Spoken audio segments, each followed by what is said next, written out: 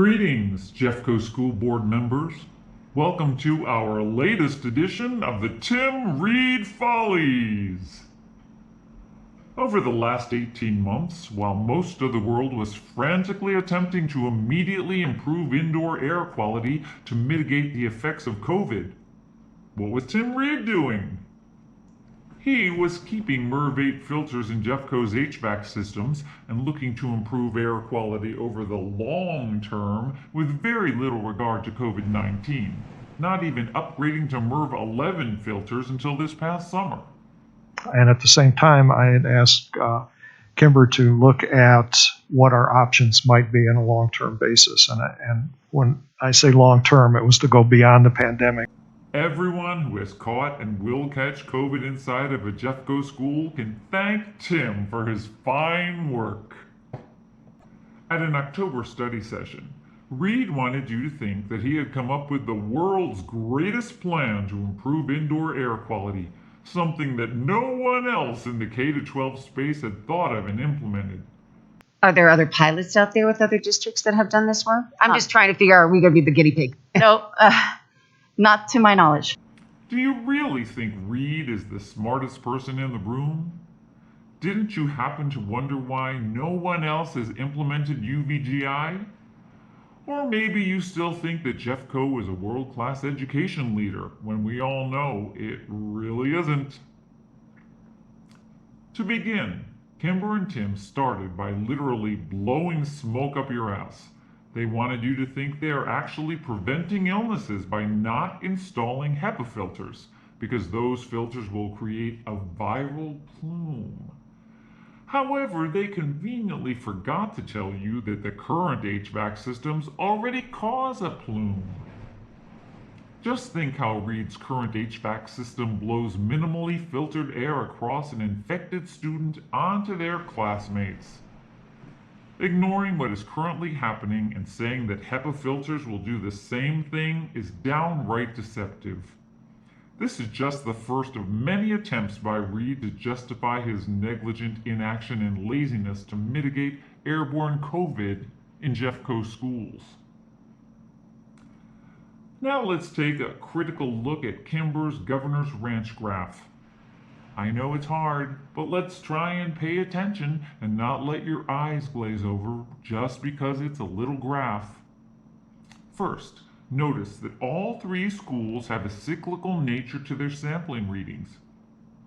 Because of this, how can Reed tell you that his UVGI system is the cause of the lowering of values at Governor's Ranch? He can't, as they all fell. Yet, that's what he wants you to believe. Second, Governor's Ranch has lower starting values from the air sampling results than the other schools. In fact, the difference between the worst and best values is actually less at Governor's Ranch than at Ute Meadows and Stony Creek. The low sampling values at Governor's Ranch don't prove one darn thing. Third, Kimber told you that UVGI has a kill rate greater than 96%. And she told you that it only takes 5 to 12 minutes for the UVGI to disinfect the air in the room. It only takes 5 to 12 minutes for the UVGI to disinfect the air in the room. If that is truly the case, why does Governor's Ranch have any readings above the outside samples? Why does Governor's Ranch have any indoor samples above some bare minimum? Well, the answer is that the system is not working as advertised. Finally, if the UVGI is working as Kimber and Reed want you to believe, would you expect to see as many COVID cases as there are now at Governor's Ranch? No, we wouldn't expect that. Kimber's extremely limited and poorly executed study proved absolutely nothing. You would have seen that if you had actually paid attention and had even some tiny shred of data analytic capabilities. Are you products of Jeffco schools, perhaps? And the most brilliant part of the presentation? Tim and Kimber don't even know if the UVGI solution works against COVID-19. It is unknown for COVID-19. This pilot has not validated the installation and design of UVGI if you look at this data critically. Kimber and Reed are snowing you. And as Jeffco currently has nearly 1,000 students in quarantine, over 700 active cases, and is closing schools, Reed is more interested in the best long-term financial choice. So within a year, UVGI is the financial choice. Than using a proven solution for mitigating COVID-19 that could have been implemented over a year ago. He has no qualms about spending $55 million on fields, but $5 million in federal funds on COVID mitigation? Not Tim.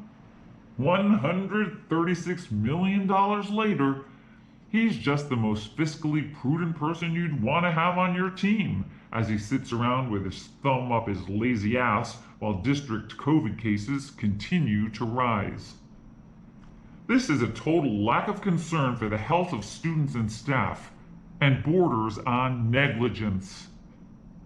Why does Reed still have a job? He is a total incompetent who can't be trusted to do what's best for Jeffco. There's still time to get HEPA filters into the classrooms, but unfortunately, there's no leadership in Jeffco that will make that happen.